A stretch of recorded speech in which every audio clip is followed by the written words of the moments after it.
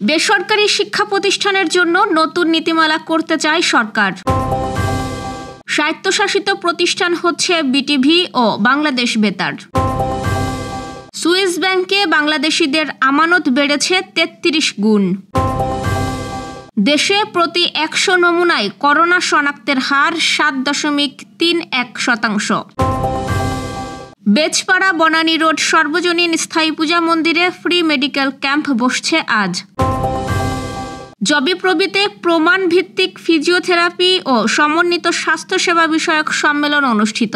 দর্শক, গ্রামের কাগজের সকালের খবরে আপনাকে স্বাগত। শুনছিলেন প্রধান শিরোনাম, এছাড়াও রয়েছে রাশিফল। এবার চলুন যাওয়া যাক মূল আয়োজনে। প্রাথমিকের বেসরকারি শিক্ষায় শিক্ষার্থীদের কাছ থেকে ফি নেওয়ার বিষয়ে একটি নীতিমালা হওয়া উচিত বলে মনে করেন প্রাথমিক ও গণশিক্ষা মন্ত্রণালয়ের উপদেষ্টা ডাক্তার বিধান রঞ্জন রায় পোদ্দার।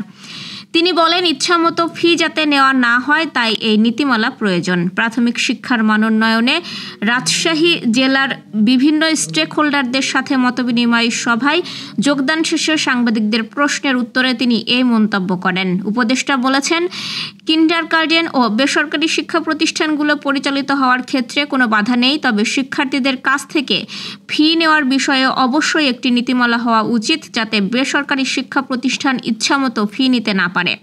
বিশেষ করে তাদের পাঠ্যক্রম ও পাঠ্যসূচি কেমন হবে তাও সরকারের নিয়ন্ত্রণাধীন হতে হবে। বাংলাদেশ টেলিভিশন বিটিভি ও বাংলাদেশ বেতারকে স্বায়ত্তশাসিত প্রতিষ্ঠান হিসেবে ঘোষণার সিদ্ধান্ত নিয়েছে সরকার। বৃহস্পতিবার এই তথ্য নিশ্চিত করেন প্রধান উপদেষ্টার প্রেস সচিব শফিকুল আলম। প্রধান উপদেষ্টার সভাপতিত্বে আয়োজিত 2 ঘণ্টাব্যাপী এক উচ্চ পর্যায়ের বৈঠকে এই গুরুত্বপূর্ণ সিদ্ধান্ত গৃহীত হয়েছে বলে জানিয়েছেন প্রেস সচিব। তিনি বলেন, বাংলাদেশ টেলিভিশন ও বাংলাদেশ বেতারকে সম্পূর্ণ স্বায়ত্তশাসিত প্রতিষ্ঠানে রূপান্তরের সিদ্ধান্ত হয়েছে। এই লক্ষ্যে নীতিগত কাঠামো ও বাস্তবায়ন প্রক্রিয়া নির্ধারণে একটি কমিটি গঠন করা হচ্ছে। এই বিষয়ে CR আবরারকে প্রধান করে একটি কমিটি গঠন করা হবে। এই কমিটি রাজনৈতিক দলের আদর্শগত উদ্দেশ্য পূরণে অতীতে কোনো টেলিভিশন চ্যানেলকে লাইসেন্স দেওয়া হয়েছে। এই কমিটি রাজনৈতিক দলের আদর্শগত উদ্দেশ্য পূরণে অতীতে কোনো টেলিভিশন চ্যানেলকে লাইসেন্স দেওয়া হয়ে থাকলে তা তদন্ত করার পাশাপাশি ভবিষ্যতে নতুন লাইসেন্স দেওয়ার ক্ষেত্রেও একটি নীতিমালা প্রণয়ন করবে। ছাত্র জনতার আন্দোলনের বছর 2024 সালে সুইস ব্যাংকে বাংলাদেশিদের আমানত বেড়েছে 33 গুণ। এতে ব্যাংকটিতে আমানত বেড়ে দাঁড়িয়েছে 8.5 কোটি টাকা। বৃহস্পতিবার সুইজারল্যান্ডের কেন্দ্রীয় ব্যাংক সুইস ন্যাশনাল ব্যাংক বিশ্বের সব দেশের সঙ্গে 2024 সালে তাদের দেশের ব্যাংকগুলোর দায় ও সম্পদের পরিসংখ্যান প্রকাশ করেছে। গত 1 যুগ ধরে বার্ষিক প্রতিবেদন প্রকাশ করে আসছে সুইস ন্যাশনাল ব্যাংক। যদিও নির্দিষ্ট গ্রাহকের তথ্য প্রকাশ করছে না ব্যাংকটি। 2024 সালের 31 ডিসেম্বর শেষ হওয়া বছরের প্রতিবেদন অনুযায়ী দেশটির ব্যাংকগুলোতে বাংলাদেশিদের আমানত এখন 58 কোটি 95 লাখ সুইস ফ্রা। প্রতি ফ্রা 149 টাকা 69 পয়সা হিসাব করলে 8,834 কোটি টাকা। অথচ আগের বছর অর্থাৎ 2023 সালে এটি ছিল মাত্র 1,77 লাখ সুইস ফ্রা। 2021 সাল পর্যন্ত ধারাবাহিকভাবে বেড়েছে বাংলাদেশিদের আমানত। সুইস কেন্দ্রীয় ব্যাংক জানায়, যদি কোনো বাংলাদেশি নাগরিকত্ব গোপন রেখে অর্থ জমা রেখে থাকেন তবে ওই টাকা এই হিসাবে অন্তর্ভুক্ত হয়নি। গচ্ছিত রাখা স্বর্ণ বা মূল্যবান সামগ্রীর আর্থিক মূল্যমানও হিসাব করা হয়নি প্রতিবেদনে। দেশে আরও 28 জনের করোনা শনাক্ত হয়েছে। বুধবার সকাল 8টা থেকে বৃহস্পতিবার সকাল 8টা পর্যন্ত নমুনা পরীক্ষায় তাদের করোনা শনাক্ত হয়, তবে এই সময়ের মধ্যে কেউ মারা যায়নি। স্বাস্থ্য অধিদপ্তরের সমন্বিত নিয়ন্ত্রণ কক্ষ থেকে পাঠানো প্রতিবেদনে বৃহস্পতিবার সন্ধ্যায় এ তথ্য জানানো হয়। স্বাস্থ্য অধিদপ্তর জানায়, এই 24 ঘণ্টায় 383টি নমুনা পরীক্ষা করা হয়েছে। প্রতি 100 নমুনায় শনাক্তের হার 7.31%। মানবতা বেঁচে থাকুক সবার অন্তরে, এই প্রতিপাদ্যে যশোর বেজপাড়া বনানী রোড সর্বজনীন স্থায়ী পূজা মন্দিরে ফ্রি মেডিকেল ক্যাম্পের আয়োজন করা হয়েছে। মন্দির কমিটির সার্বিক ব্যবস্থাপনায় আজ শুক্রবার সকাল থেকে দুপুর পর্যন্ত চলবে বিনামূল্যে স্বাস্থ্যসেবা প্রদান কার্যক্রম। মন্দির প্রাঙ্গণে সকাল 9টা হতে দুপুর 1টা পর্যন্ত ধর্ম বর্ণ নির্বিশেষে সকল মানুষ চিকিৎসা সেবা নিতে পারবেন।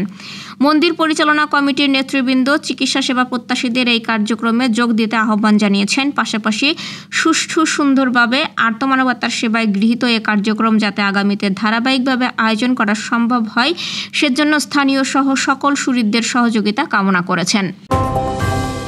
জবিপ্রবিতে বাংলাদেশ প্রমাণ ভিত্তিক ফিজিওথেরাপি ও সমন্বিত স্বাস্থ্যসেবা বিষয়ক সেমিনার অনুষ্ঠিত হয়েছে।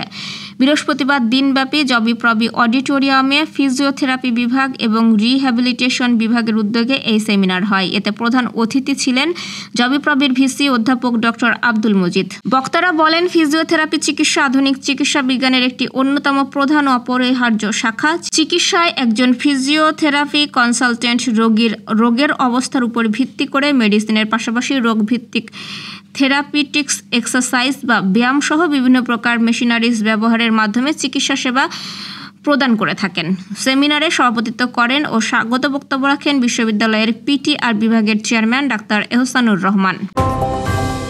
দর্শক, এ পর্যায়ে জেনে নিব কেমন যাবে আপনার আজকের দিন অর্থাৎ 20 জুনের রাশিফল।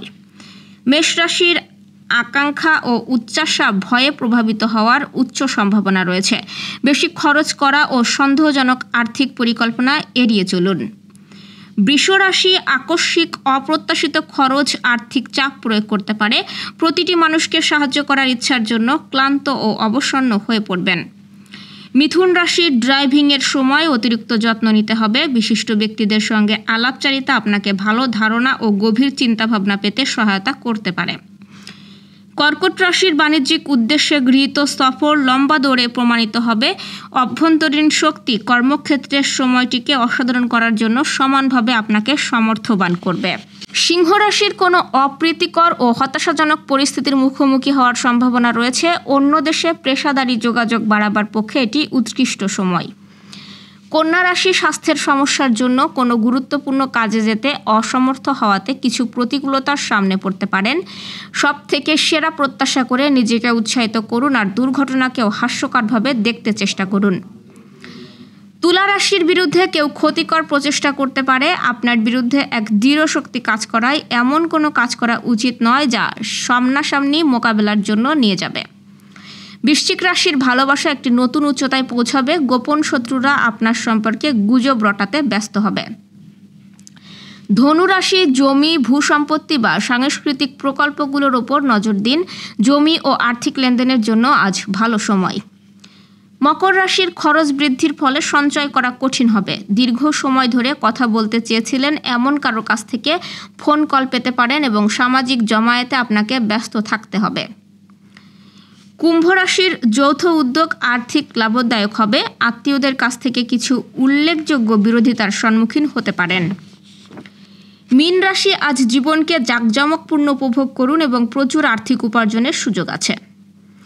দর্শক, এই ছিল এখনকার আয়োজন। আগামীকাল ঠিক একই সময়ে সকালের খবর ও আপনার রাশিফল দেখতে ও জানতে চোখ রাখুন গ্রামের কাগজের ইউটিউব চ্যানেল ও ফেসবুক পেজে। আর প্রতিদিনের খবরের আপডেট পেতে গ্রামের কাগজের ইউটিউব চ্যানেল সাবস্ক্রাইব এবং ফেসবুক পেজ ফলো করে রাখতে ভুলবেন না।